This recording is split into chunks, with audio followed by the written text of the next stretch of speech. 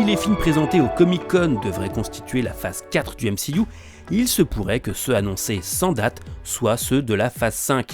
Voici ce qui devrait s'y passer.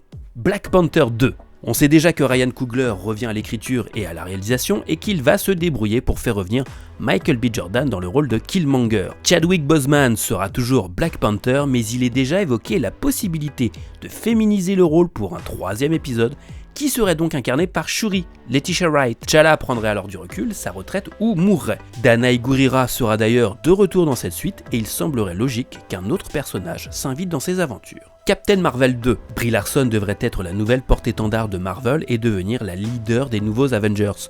Cela passe par une 2e aventure solo de son personnage, peut-être plus éloignée de la Terre pour se dérouler dans l'espace avant que tous les dangers de cette phase 5 ne convergent vers la Terre. Blade. L'annonce a été faite en toute fin de Comic-Con, Mahershala Ali sera Blade dans une nouvelle version du comics, auparavant interprété par Wesley Snipes. L'acteur oscarisé 2 fois s'est porté candidat tout seul auprès du studio pour développer ce reboot, et il est fort à parier qu'il interviendra en toute fin de phase 5. On a déjà vu des annonces d'acteurs avoir lieu très en amont de leur arrivée dans le MCU, comme Brie Larson et Josh Brolin. Il semble également compliqué que ce personnage interagisse avec les autres Avengers, il pourrait plutôt devenir une introduction au monde des mutants. Dans les comics, le personnage a interagi avec Doctor Strange, Spider-Man et Black Panther. À voir dans quel film il pourrait apparaître. Guardians of the Galaxy Volume 3.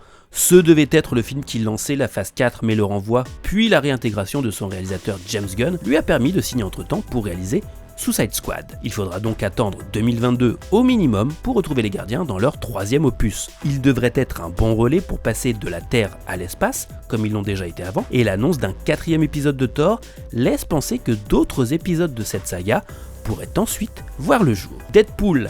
Ryan Reynolds a teasé via son Instagram le terme phase 5 pour son héros. On sait que Marvel Studios est prête à garder l'acteur en Deadpool alors qu'elle reboote l'ensemble de ses héros, preuve de la confiance qu'elle a envers la vision de Reynolds. Sera-ce pour Deadpool 3, pour Spider-Man vs Deadpool, ou bien pour une série Disney+, une fiction tout public ou bien le maintien d'une classification violente, rare dans le catalogue Disney. Difficile d'intégrer l'héritage canon des 2 premiers films dans le nouvel environnement du héros. Les 4 Fantastiques. C'est une des bandes dessinées préférées de Kevin Feige parmi le catalogue Marvel. Une chose est sûre, il sera fait table rase du passé avec les 2 versions produites par Fox. Une nouvelle équipe devrait exister, reste à savoir si le studio produira une 3e origin story ou bien si les personnages existeront avec un passé déjà acquis. Il pourrait être un bon moyen d'introduire Galactus, Norman Osborn, Dr. Fatalis et autres antagonistes importants de cette phase. Une chose est sûre, aucun film 4 fantastique ou mutant ne devrait arriver avant 2023 ou 2024, laissant au studio le temps de trouver scénaristes, réalisateurs et acteurs pour ces nouveaux héros, et aux licences, le temps de se reposer auprès du public et de recréer de l'attente. Mutants et X-Men. Kevin Feige a utilisé le mot mutant et pas X-Men. D'abord parce qu'ils ne veulent plus utiliser la référence men, trop masculine, mais également pour se démarquer de ce qui a été produit par Fox pendant des années. On pourrait ainsi avoir un mélange de personnages déjà utilisés par Fox et de nouveaux mutants plus jeunes ou sous-utilisés. La principale difficulté pour Marvel Studios sera de savoir si les films produits avant participent à cet univers ou sont totalement étrangers, et si leurs héros deviennent une franchise en soi ou participent aux aventures des Avengers, comme Wolverine dans les comics. Avengers 5, il semble évident qu'un film choral vienne clore la phase 5 ou soit un tremplin pour la phase 6. Avec Black Panther, Captain Marvel et d'autres personnages nouvelle génération comme Lady Thor ou Hawkeye au féminin, il pourrait ainsi y avoir les New Avengers, ou bien l'intégration des mutants pourrait aussi venir de l'adaptation du comics Avengers vs X-Men dans une version revisitée. Captain America, Sam Wilson. Si la série The Falcon and the Winter Soldier a pour objectif de présenter le super-héros sous ses nouveaux traits, il se pourrait qu'un film solo lui soit offert pour qu'il ne soit pas qu'un membre parmi d'autres dans l'équipe des New Avengers, mais un véritable leader. Ant-Man.